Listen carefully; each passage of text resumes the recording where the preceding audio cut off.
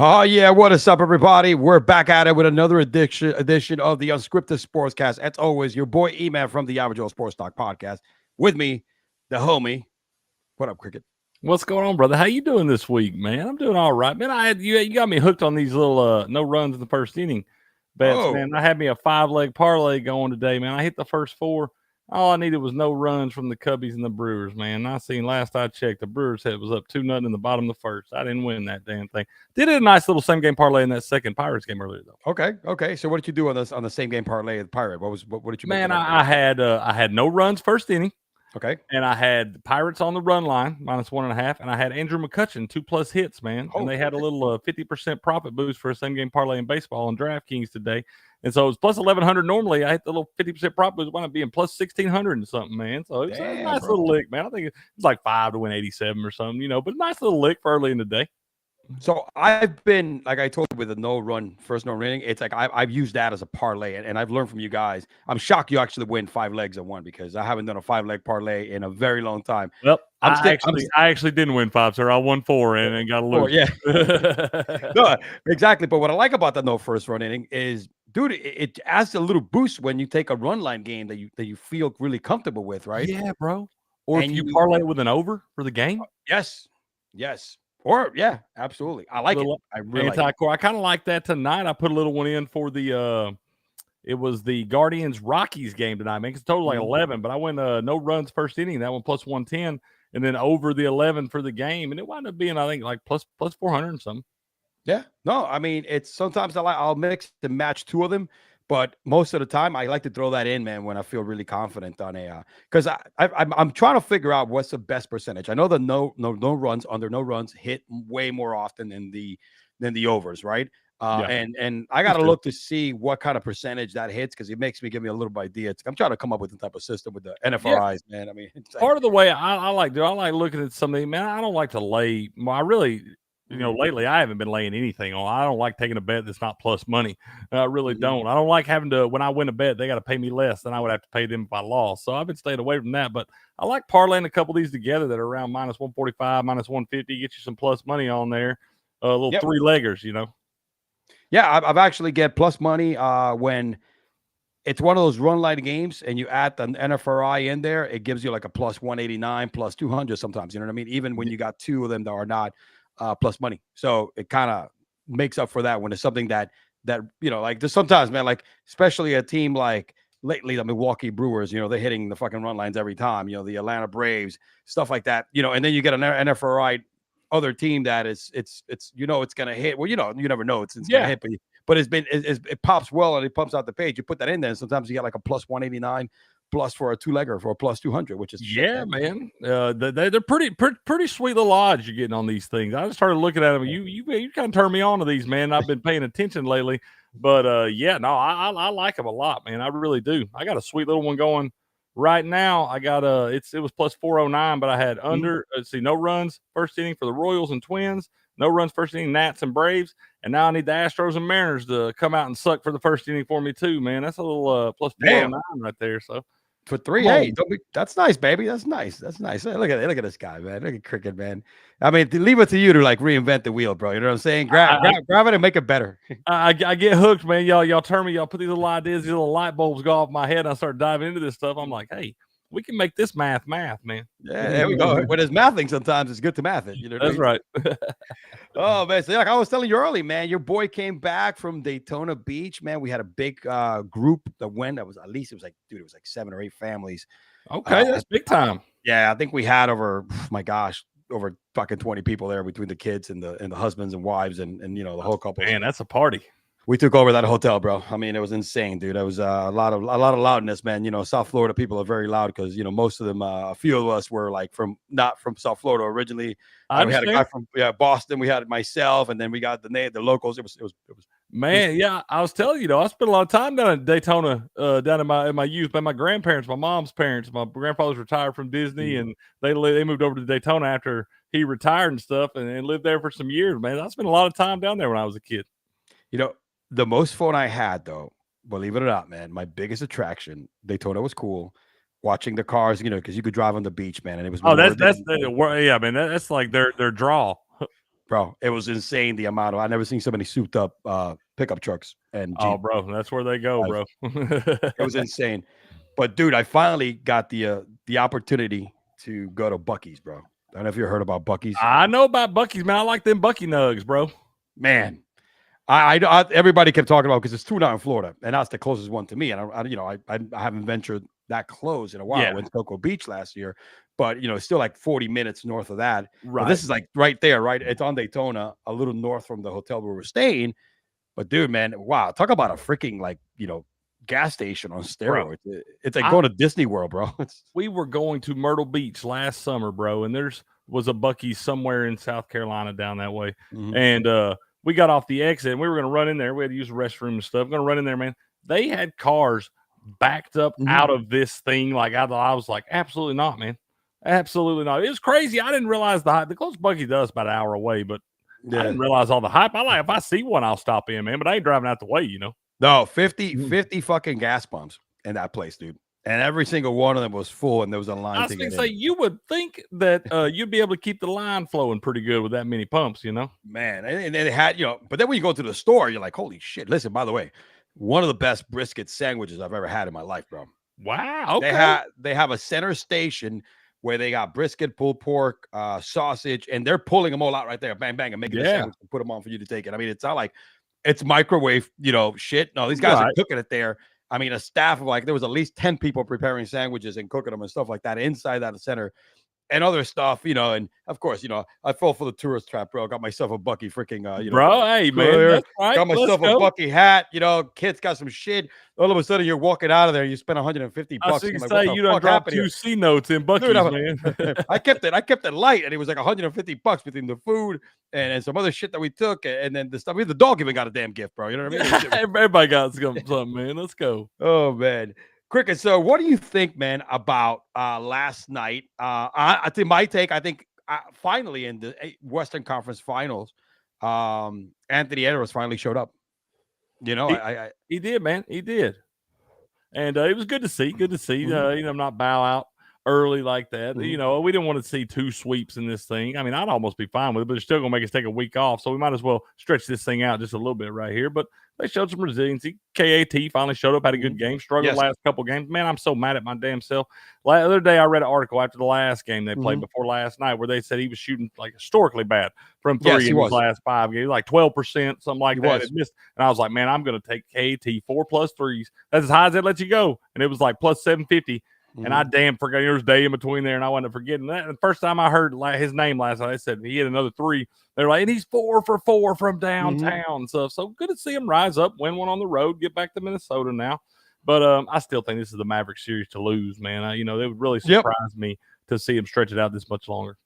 I really don't hope they come back and do a 7th game because I don't want this to drag out. I want to get to the NBA, to the NBA Finals already, right? So they can face the damn Celtics. But even Dallas. Because in this series, Dallas has been like behind in every single game, entering like 5 minutes into the 4th quarter, and they almost pulled it off last night. Luka hitting that 3 and getting fouled. He went and missed the free throw. Make the free throw, bro. Yeah, exactly. He missed the free throw. That would have like changed the whole dynamics. They'd have been down by like 2 or 1 or something like that. Changes the whole game, man. You're right. Yep, it did. So, and then listen. Finally, like you said, Cat and also Edwards showed up, and he showed why he's being compared to MJ and stuff like that. He's not there yet, but you know what I'm saying? He has some flashes. A lot of basketball left. You know what I mean? A lot of basketball left, young guy. But one of the thing here that happened is something happened with Dallas that, not having Lively in the lineup, he is huge, all right? He's a big factor why Karl Anthony Towns was struggling so much because you were minus 1 live body that is very active on the boards, very active, guarding the center position. Him and Gaffer have been unbelievably effective, and there are reasons why these bigs for the for Minnesota are struggling. I mean, look at Rudy Gobert last night. That bum had like 13 points, over 10 rebounds. He was actually like, he was actually like Euro stepping to the basket, right? Yeah. So that's why, a little bit. Yeah, you know what I mean? And I'm like, that's where Lively comes into play, man. And that's one of the reasons I think, Dallas would, did not pull this one off. They almost did. And of course, Kyrie hasn't struggled at all in the series until that last game. No, he, and like I said, I think we expected that at that point. It's just one of those things where I don't think it's going to get stretched to 7. I really don't. It's No, probably a whole lot if it did get stretched to 7 right there. But yeah, it's good. It's good to see the T Wolves not just lay down. no, that was good. And I think, look, historically, when you're down 3-0 like that, a team as good as the Minnesota Timberwolves. I mean, yesterday, I mean, I took the points on Minnesota. Man, that's did a straight up bet. You know what I'm saying? Lay the money down. One, I was confident enough that was going to happen. I got a little worried when Luka hit that three. You know what I mean? I was like, oh shit, Yeah, here we go again. right. Start sweating just a little bit. Yeah, I was like, holy shit, man, here we go again, man. I mean, because Luka's been such a dog. He's been Yeah. such an animal. I mean, historically, he's done it throughout his career since he started making the playoffs, and this year is no difference, man. Game winner in game 2, clutch shots in game 3, man. He hit those 2 big fadeaways when they count. I mean, he's been such an individual that, I mean, this guy just keeps getting better and better, man. And he likes the big stage. He loves the big stage. The dude, I think, welcomes the challenge. He does, man. It seems that way. Like I said, he's a guy that always seems to have a little chip on his shoulder, man. Has a lot of fun out there, and always seems to try to be positive and upbeat, man. That's a big deal when it comes to your leader right there. Yep, absolutely. He still bitches too much, like to the refs, but I guess nobody can be perfect. Yep. Everybody in the NBA does I'm gonna keep talking here, but I'm gonna go ahead and switch cameras here because I'm definitely delaying here, man. I don't know what the hell's going on. Oh, you're good, brother. Yeah, but we'll get back to that real quick. That one eventually will come on. Let's see here. Let me just get back here. Yeah, man. So I don't know the reason. I don't know if it's, and I don't want to go ahead and restart this. I mean, worst comes to worst, I'll just default to like the regular camera. But yeah, I think they will come back in game 5. Yep. And I don't see this series going back to Dallas. I hope not. I don't think it passes. Yeah, like I said, I'll probably be betting the Mavericks on all spreads all the way out in this thing, man. Yep. And staying on the basketball topic, bro, is it me or have the Boston Celtics had probably one of the easiest paths to the NBA Finals that I've ever seen in a very, very long time? Not because it's technically by default. We knew the East was weak, and we knew that as soon as Giannis got hurt, it was gonna have different dynamics for the Bucks. No Jimmy Butler for the Heat. No Jimmy Butler for the Heat. Don't get me wrong, that Indiana series could have been still going if Indiana would have pulled off the 2 games that they fucked up. You know what I mean? And even that one, they don't have to face fully healthy Pacers with Halliburton going down there for game 3 or whatever it was, and so they've been fortunate as far as the ball bouncing that way for them there. But I know the Celtic team's a good team. I think they're one of the great teams in the NBA over the years. No, I couldn't find you an NBA champion the last 10 years this team could probably beat in 7 games, man. But we'll see. They're gonna have a tough matchup either way, I think, in the finals. Obviously the Mavericks, would be a much better matchup against the Celtics. I think just due to the experience and veteran guys and all that. But yeah, you're right, man. It's been very easy road for the Celtics, and that could come back to bite them, man. Sometimes, I mean, I say it's been easy. It looks easy from the games they've won standpoint, but that Pacers series was a dogfight, man. Yep. The 4-0 does not reflect how close that series really was. No, absolutely. I agree with you 100%. I think it's one of those things that the Pacers, like you said, the Knicks series was insane, right? But then both of those guys were killing it. They were just, Knicks were hurt, but the Pacers played them really, really well. The other thing is this. I think, like you said, a healthy Pacer team, it would have probably been a little bit different, right? I think you might have would have seen a 6-game series or even gone 7. And they still had the opportunity, bro. They still had the opportunity to take that series, man. That's the part that's upsetting. They should have. They should have, taken that series without a doubt. You know what I mean? So yeah, I think so too, man. Like I said, I think this Western Conference probably. I don't believe it's going 7, man. I really don't. No. And what do you think so far, man? Let's break down the latest news here. What do you think of Mr. Bronny James deciding to stick it out? All right, in the NBA draft, news broke out today that Bronny James is keeping his NBA draft status and not returning to the NBA. I'm not surprised. I kind of knew this was going to happen. Whoever thought that him, taking the new rule was going to be something like just a show was probably really not in their right mind. I knew this was going to happen, right? Dude, his dad's going to make sure he gets drafted. And that's what I'm saying. If it was anybody else, I would think they were a fool for not going back to school and trying to improve the draft stock and get better and all those things. If it was anybody else, but the fact that it's Bronny's got a lot more connections than most people got out there, and they're going to find a spot for him somewhere just because you can market all that and it's going to make money for you and everything else. So, yeah, Bronny's going to find a spot. So it doesn't surprise me with him deciding to stick in the draft. Anybody else in his spot that was not LeBron James' son, I would think you were a fool. And I agree with you 100%. So here's the thing, right? News came out the other day that, right, it was yesterday. This one came out today that he's going to keep his status, but that Bronny supposedly rejected about 10 different teams' invitation to work out, and that he's only willing to work out for only 2 teams, the Suns and the Lakers. Of course, I knew the Lakers was one of them. His dad is there. I'm shocked about the Suns, right? Which kind of starts giving me some conspiracy theories here. That you got your tinfoil hat on. I mean, I think I did, bro. I got the tinfoil hat on. I got the I got the MRIs ready to go for the fallout. Right, my shelter, my bomb shelter on the ground is ready to go. Fully loaded with guns and ammos. I'm ready for the apocalypse. Right, dude. Will the Suns pull a move to force LeBron James to sign with them by drafting Bronny? Because now, why would he say the Suns? Why would he say another team but the Lakers? I know he has to, but why the Suns? Just pick a team that nobody's got to connect your dad to, because that would be a team that LeBron would say, well, you know what? If somebody's, his agents are probably talking to different teams. They'll be like, listen, if you guys got to really go after Bronny, then hell with me. Kevin Durant's played with everybody else. Why not put him with LeBron James? Exactly. I mean, play with everybody else. That makes sense. They could deplete the rest of the bench, right, just to bring LeBron in. I mean, the only thing that doesn't make a little bit of sense is the damn money situation. You know what I'm saying? It's like they don't have enough money, enough cap space. Yeah, to give LeBron the money. Bradley Bill deal, which did not pan out this season, at least. That's what cost them a lot of that salary cap space there. But they know they're in it's a small window for the Suns here, man. This is not a team that was built over. They traded all that away when they traded all those young guys away in the Durant trade and stuff like that. All the stuff they had been building for the future was gone out the door now. So they're in a win now type of window. Would either be, I think it's next year. If you're going to win anything, it's got to be next year. And I haven't seen anything without making another major blockbuster trade. Like LeBron can obviously still play, but he can't play 82 games. And, can he stretch it out for the length of a playoff 6-week run? I don't know. Maybe we haven't got a chance to see that last couple seasons.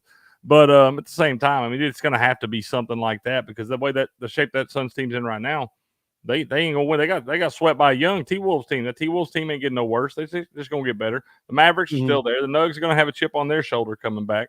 So, I mean, it ain't going to get no easier out there in that West.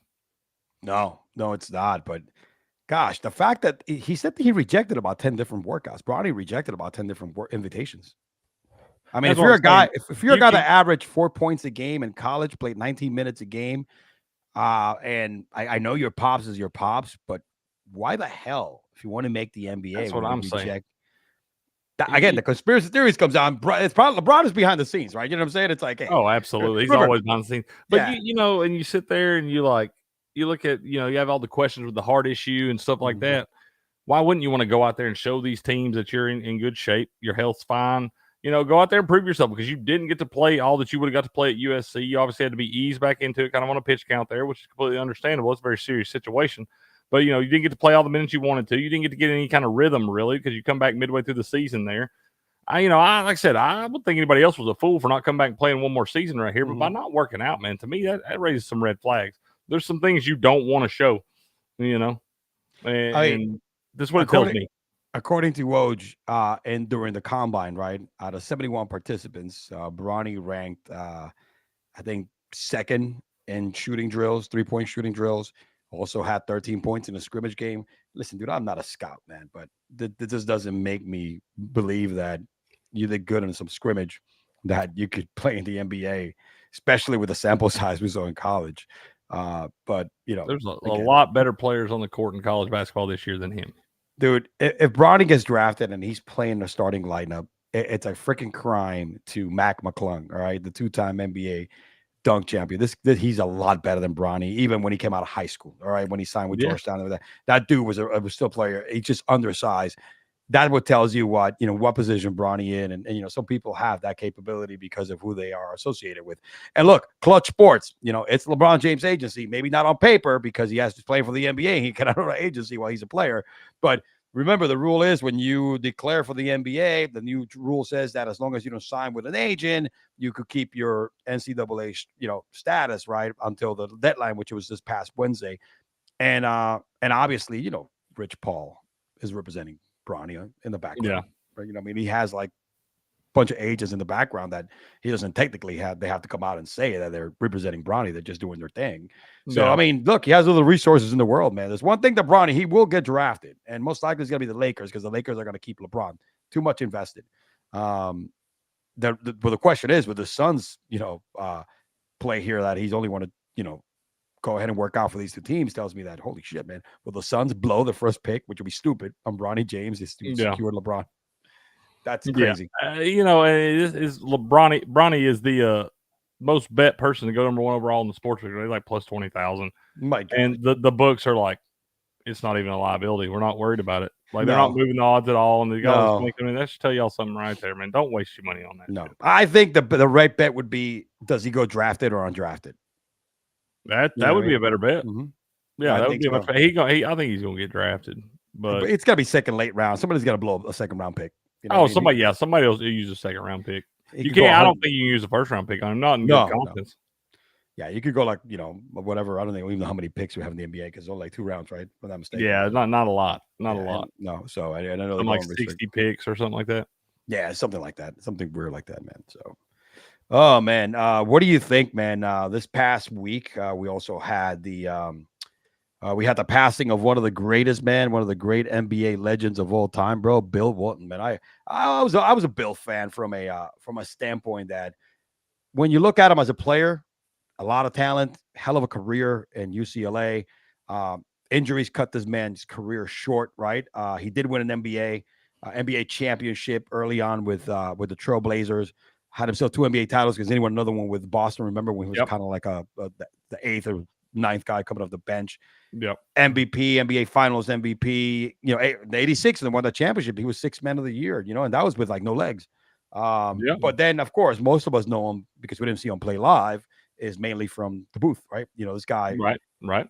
He was a piece of work, man. There was times this guy would say some stuff. He was entertaining. Put it that way. He would get lost in the sauce. He was entertaining. Entertaining. I didn't care for him as much, man. I really didn't. I don't want to throw no shade at him. This is a bad deal, tragedy. I honestly didn't even know he was sick like this, man. Me neither. I knew like he was just announced some college games a couple months ago. He was actually at like the Pac-12 tournament and stuff. Yes, before the tournament, and he was fighting cancer along. He looked okay. I mean, he looked good, man. But they kept it on the wraps. That's what I'm saying. I didn't realize he was even sick, man. When it popped up breaking news, I was like, oh. Man. They kept it on the wraps. And funny about Bill Walton, right? The reason why I bring him up, right? Because he's a legend. There's not about it. He's one of those guys that did not play enough games in the NBA to be considered in my book an NBA Hall of Famer. Because I think he just had probably maybe 4 or 5 good seasons before he got hurt as a top player. But he was one of the top centers. But he was kind of like the first center, man, to show those type of flashes from he was a great shooting center. He had a great mid-range game. He could pass the ball. That was the other thing, kind of similar to what the centers nowadays. He was a guy that actually really passed the ball really well, man, and ran the floor really, really well. So, Bill Walton kind of showed flashes of what a future center in the NBA was going to be. I mean, 45 years later, but he had a little ahead of his time. Yeah, he was definitely ahead of his time, man, and it was kind of nice to see, bro. It's a shame, man. Big Red. He had 2 kids, and one of them even won a championship. He was a bench player, but that could never amount to man. And a head coach, another LeBron James victim. He was fired by the Lakers. He went in and actually went undefeated when Steve Kerr went down with whatever he went down with. Remember, and the Golden State Warriors were like 20-1 or something like that. I do remember that. Yeah, I do remember that. That's what got him hired. That is what got him the job. Yeah, man. It's a sad deal. Overall, condolences. Good vibes and prayers to his family and friends and all that stuff. It is a bad deal. He was a legend. And one of the guys that's been around the game for a long time and made a very good impact on not only the game, but people. And he was a good person, man. Bill Walton, a life well lived. So condolences to his family and friends, man. Good vibes their way. Yeah, man. Moving on, man. What do you think of Angel Hernandez all of a sudden retiring. I mean, it was due time. They fired this fool. Yeah, exactly.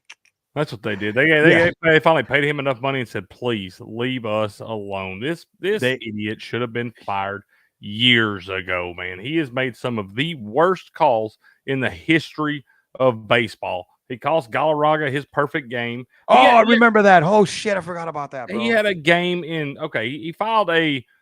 He didn't get promoted to head of a crew or all this stuff. He's the longest tenured umpire in the MLB after Joe West retired. He didn't get promoted to a crew because he sucks. He's terrible. You don't want anybody this. You don't want this guy in charge of a crew.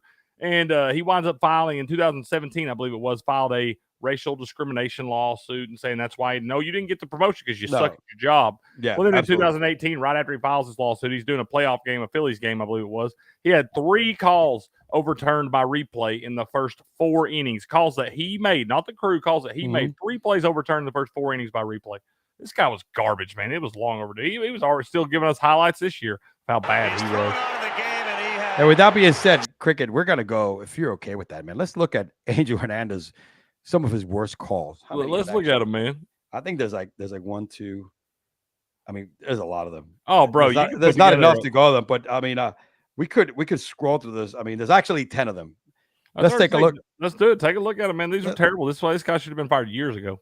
Here is Milwaukee and Philadelphia.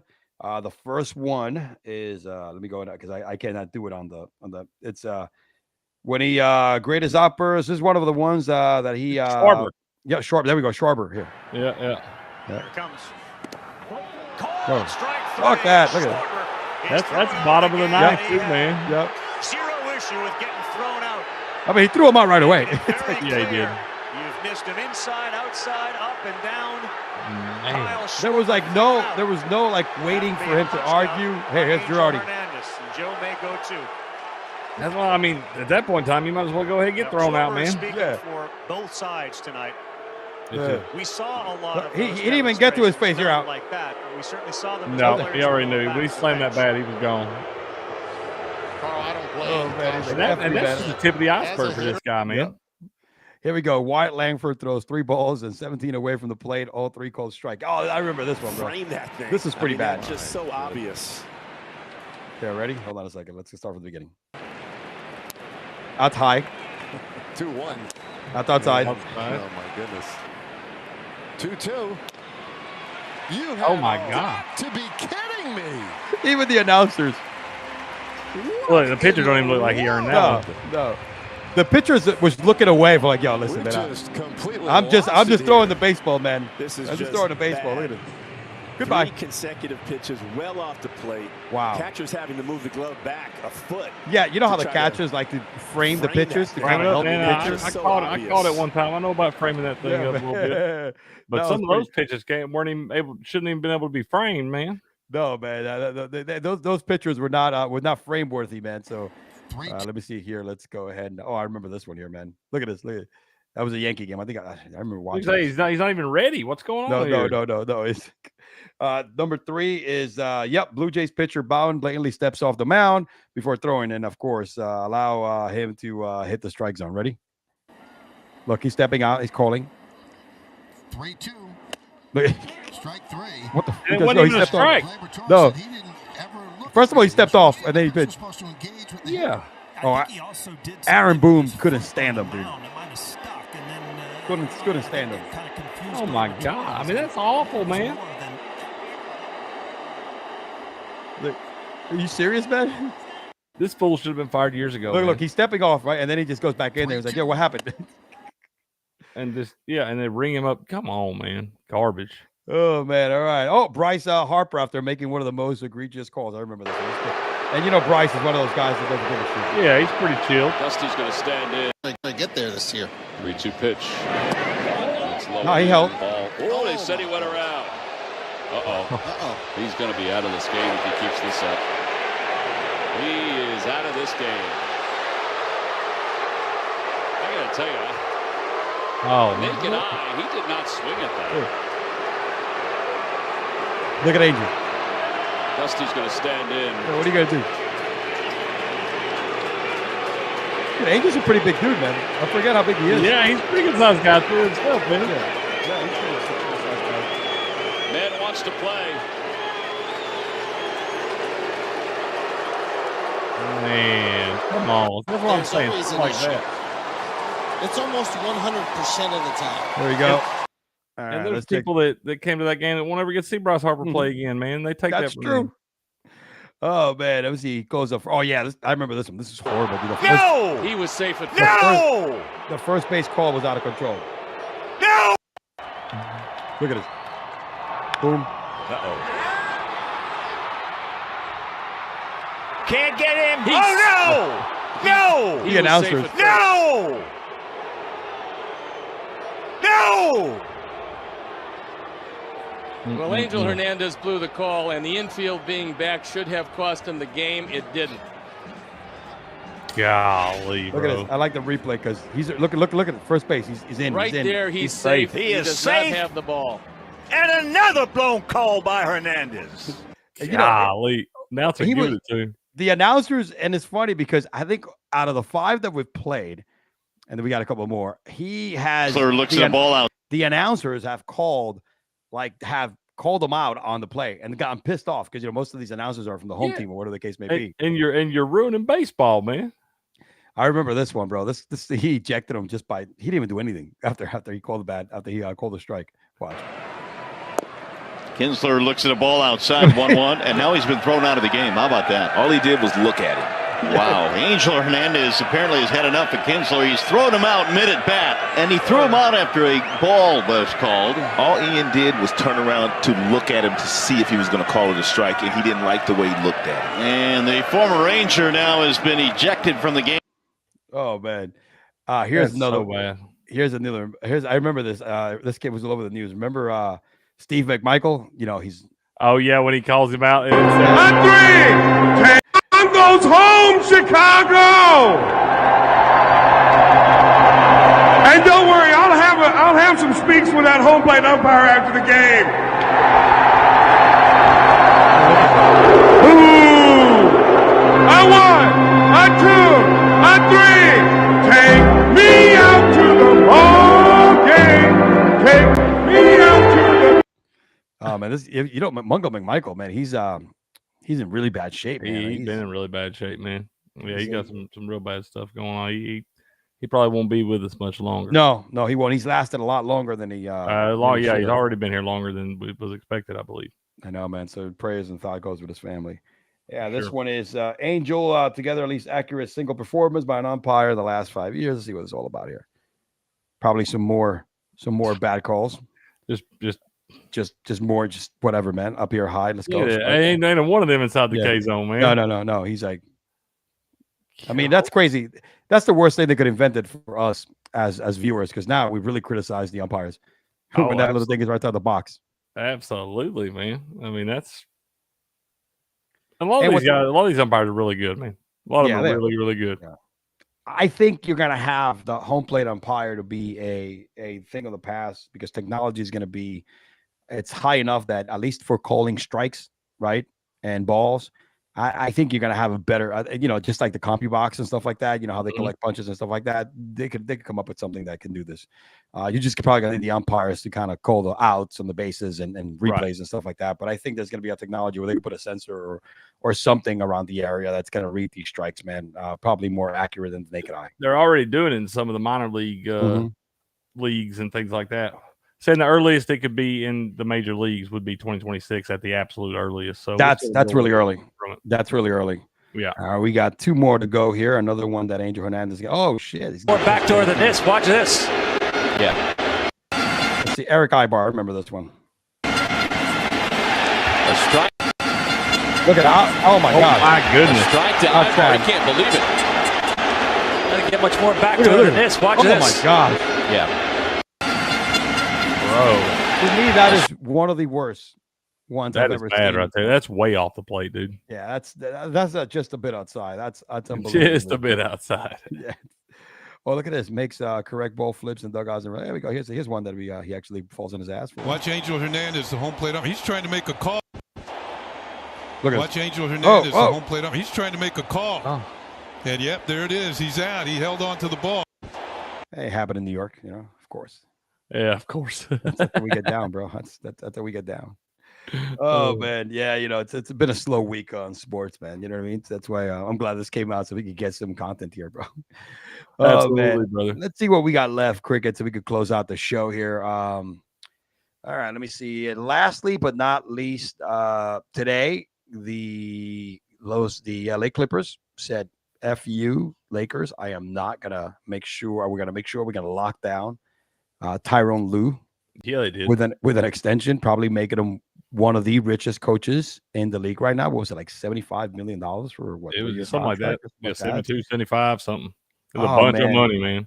because LeBron had his hands all over Tyrone Lue's cookie jar, but like, yo, let's bring this guy back. Here's the thing, bro. The guy left you. He retired. This guy stopped coaching, not because he got fired. He saw the writing on the wall. I think you and I talked about this a few weeks ago, and said, I'm out. I'm going to take 1 year break because I cannot deal with this shit anymore. I got you the chip you wanted. I am going to go ahead and just take my talents somewhere else. Across town.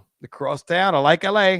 He must like the weather and the fucking shitty homelessness, but he went right across the street, park his bandwagon there. And why the hell would I want to leave something that, he has total control on it? I mean, I get it. They're making the playoffs. For the Clippers, that's actually a successful story. And they just need to kind of see if they can get rid of some of those contracts and bring some more youth in there, because they're not going to do anything with Kawhi, who's over the hill right now. I mean, Paul George is still a good player. Westbrook is going to be gone. I think they got some young pieces, which they're probably going to go. They're going to do something this offseason. I think they're going to pull a trade one way or the other. They're probably going to try to again with Harden one more year. Yeah. That's going to be, he's going to be the guy that's going to be here. And I don't know. I mean, Kawhi's still in the contract. That's going to be really difficult to unload. He's just going to be. Yeah, man, it's just going to be. I don't think they're ever going to get what they wanted out of that team. No. The only way they're going to get out of that team is to just, kind of like start retooling it. But they got too many bad contracts, bro. I mean, especially Kawhi's contract too. They're in salary cap hell. Yeah, to move on from. They are. But he knows that by them investing that much money in him, his job is secure for the next 3 years, regardless of what happens on the championship or anything else. So, and I don't think he wants to go back to the toxic environment because, I think he don't need all that. No, I think coaching LeBron James is more difficult than most people think. If you haven't looked by the 9 coaches have been fired under his watch. You're not wrong, sir. You're not wrong. So, man, shut up, man. I appreciate him getting the bag, man. You can't. Hey, ain't nothing wrong with that, man. Ain't nothing wrong with the man getting his bag. I mean, I like him. He's a good coach. I think there's a lot of things he could do that he's done well in this league. I mean, yeah. I mean, hey, I know the championship was the bubble, but he's been, so far he's been over 500 almost every team he's been with. So, which has been these 2 only, but I think it's not easy to do, man. Yeah, he deserves a coin, bro. You know what I'm saying? I agree. Pretty much, man. A short episode this week, cricket. This is what we got. Let's see what happens tomorrow's game. I think Dallas should pull it off. I think they're gonna go in fully retooled. I think Kyrie is gonna come off playing like he's been done in the 3 games that before. Because here's the formula that has worked well. Kyrie gets off in the first half, wears down Anthony Edwards. That's been the big factor. If you notice, Anthony's been completely fucking gassed by the fourth quarter because he has to keep up with Kyrie. And Kyrie has dropped 30 points and high 20s in those 3 games. And when he gets started like that, that helps the fourth quarter Dallas to kind of come back. And I don't know about what the lively status is, but I think he might be back by game. Yeah, I think they'll bring him back either. They'll probably bring him back about game 6 at the latest. If that's what I say. They'll probably let him come back if they go back. Have to go back home. It was like a strain or something. It wasn't nothing crazy. Results came negative from the MRIs and the. From what I heard, I believe that. Yeah, it doesn't sound like it's going to be anything too bad. No, he was in the sideline jumping up and down, but I think you want to give this guy some ice and some more shots to make sure the inflammation goes down. Absolutely. All right, brother. Tell everybody what you've been up to, man. Where to find you and other good stuff, the usual. Oh, man. Well, you can find me on X at Cricket1414. Cricket is spelled with 2 T's. You can find me every morning over on the Game On channel with my guy Will for your sports morning espresso shot. We get rolling about 7:30 a.m. Eastern time, Monday through Saturday. Then you can find me 5 days a week over on that damn sports network, Tuesday, Wednesday, and Friday at 5 p.m. Eastern, and Saturday, Sunday at 10 a.m. Eastern. For the Smoke the Spread, man, where you can come find all your winners and stay up to date on the ever-changing world of cannabis culture. And for the best value in sports handicapping, come check us out over at sportspicks.locals.com, where we got the great Robert Barnes making the official picks. We got a great community. You can interact, post your own picks, videos, things like that. A lot of fun, man. We've been growing that thing for a while. So come check us out. Sportspicks.locals.com, where we turn the odds in your favor. Tell you, man, follow us, man, on Twitter if you like money, because cricket is one of the goats here when it comes to sports betting, my friends. I appreciate You know that, sir. saying? Thank So- you. We have some good days, some bad days, man.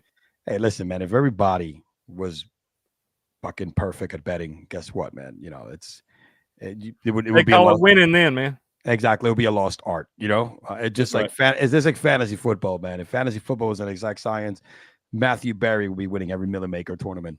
You know what I'm saying? Absolutely. Absolutely. There's no and such thing as a sure thing in sports betting. Yep, and I don't think he's ever won one to begin with, so it doesn't matter. Right. He knows more than anybody. Exactly, he's the expert. All right, my man. We'll see you next week for sure, my guy. This is your boy E-Man from the Average Joe Sports Talk Podcast. Thank you, everybody, for tuning in to another edition of the Unscripted Sportscast. We will see you next week. Peace. Yo,